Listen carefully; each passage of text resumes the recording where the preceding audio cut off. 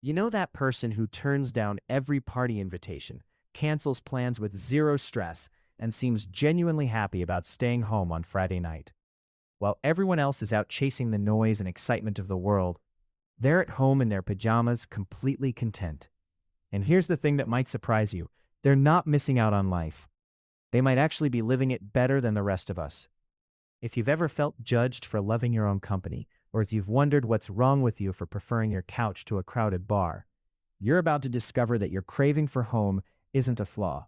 It's actually a sign of emotional intelligence. Today, we're diving deep into the psychology of people who love staying home. And by the end of this, you might realize that the homebodies have been doing life right all along. Let's get one thing straight. Your nervous system feels safe when you're at home, and that's not weakness, that's wisdom. We live in a chronically overstimulated world filled with noise, notifications, obligations, and other people's energy constantly bombarding us.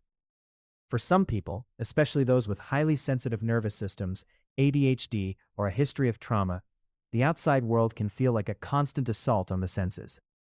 Staying home isn't avoidance or being antisocial. It's intuitive regulation. It's your nervous system finally getting a chance to exhale, to rest without being on guard. Home is where you don't have to scan the room, perform for others, or brace for the unexpected. You're not weak for needing this space. You're just more intuitively wired to understand what you and your nervous system actually need, and that's a powerful skill that most people haven't developed. Research shows that people who love staying home often have highly active internal worlds. Their imaginations, ideas, and emotions are vivid and complex. Inside their minds, there's constant movement, depth, and meaning. Home isn't a hiding place for these people. It's a sanctuary where all of that internal richness can breathe and flourish. Psychologists call this high internal self-presence, the ability to feel more connected to your inner world than the outer one. These individuals don't need loud excitement to feel joy. They can stare out a window, sip a warm drink, and experience a kind of fulfillment that others chase in distant places. Their hearts don't beat faster in crowds. They beat steadier in silence. But here's where it gets really interesting. There are actually different types of people who love staying home, and their reasons vary wildly. Some people stay home because life has pushed them there. Maybe they've had difficult experiences, toxic relationships, or overwhelming stress that made the outside world feel like too much. For them, home becomes a refuge, a place to heal and regroup. It's not about being lazy, it's survival. Then you have the true introverts. For these people, being home isn't just a preference, it's a necessity for mental and emotional balance. Introversion doesn't mean being shy. It means you lose energy around people, but gain it back in solitude. If you're someone who notices everything, every facial expression, every tone shift, every mood before people even speak, your brain is constantly absorbing all of that information. By the time you get home, you're emotionally full and need stillness to recharge. There's also the creative group. These are people who thrive in solitude because home isn't just a place to relax, it's where ideas come to life. Think of artists, writers, musicians, innovators. Many find their best work happens when they're alone and undisturbed in their personal space. It's not about avoiding the world, it's about diving deep into their minds without distraction. For them, home becomes a laboratory where creativity blooms. And then there are those who love home because they've seen through society's performance. They're done with the constant pressure to act successful, act happy, act like everything is perfect. They see how social media has turned life into a giant stage where everyone is performing for an audience. The man or woman who stays home has chosen to step off that stage. They don't need applause or validation from strangers. They refuse to pretend to be what they're not. Many people who love staying home weren't always like this. They once loved going out, being around friends, doing everything with everyone. But over time, life happened. People betrayed them. Friends they trusted switched up.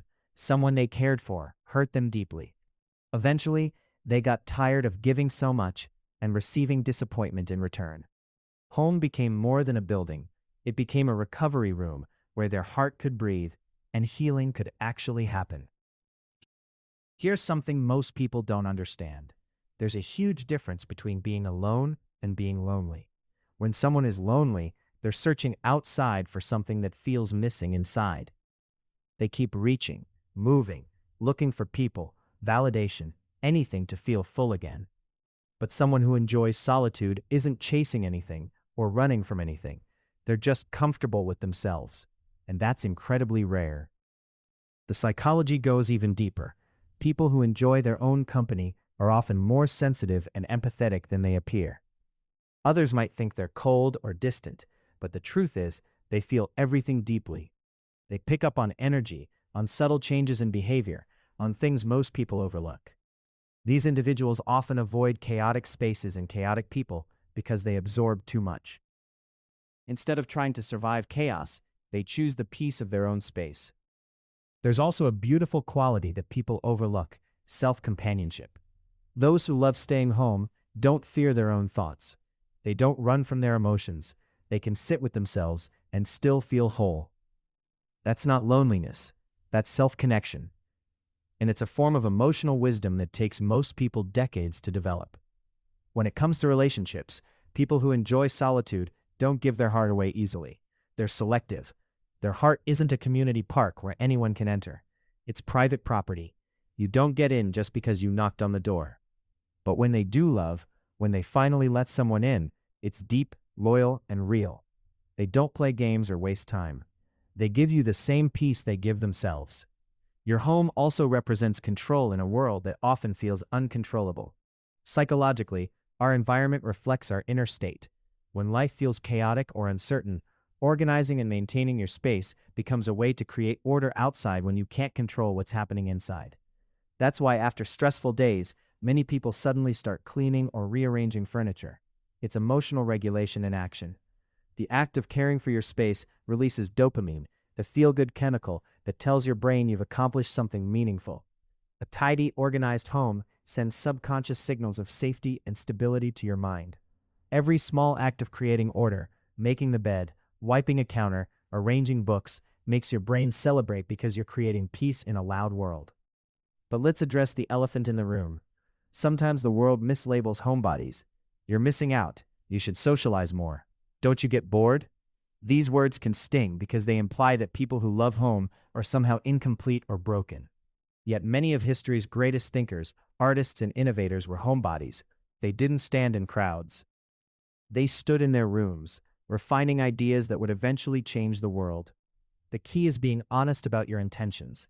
Are you staying home because it nourishes you, or because you're afraid to be seen? You can be safe and still growing. You can protect your peace and still stretch your comfort zone. You can love staying home and still live a bold, meaningful life. It starts with understanding what season you're in. Is this rest and recharging, or is it retreat and hiding? Here's what I want you to understand. If you're someone who loves staying home, you're not strange, unambitious, or fragile. You're not missing out on life. You're building a life that doesn't exhaust you. And when the time is right, when the world outside feels more aligned with your heart, you'll step out not because you're forced to, but because you choose to. Your quiet is powerful. Your solitude is a gift, not a burden. You're not avoiding life. You're living it with intention. You don't want to waste words on small talk or time on shallow experiences. You want meaning, authenticity, real connections, even if those connections are few. And there's nothing wrong with measuring happiness in moments rather than events. So to all the homebodies out there, keep drinking your coffee slowly. Keep discovering the worlds inside your own mind. Keep protecting your peace. Keep loving quietly but deeply. Because the people who love staying home are often the ones who make the world feel like home for others too. If this resonated with you, I'd love to hear your story in the comments. Are you someone who finds peace at home, or do you know someone like this? What does home mean to you? And remember, there's no perfect way to live. Whether your peace looks like a minimalist space or a cozy room full of memories, what matters is how it makes you feel. Because in the end, home isn't just walls and furniture. It's a state of mind where your soul finally exhales.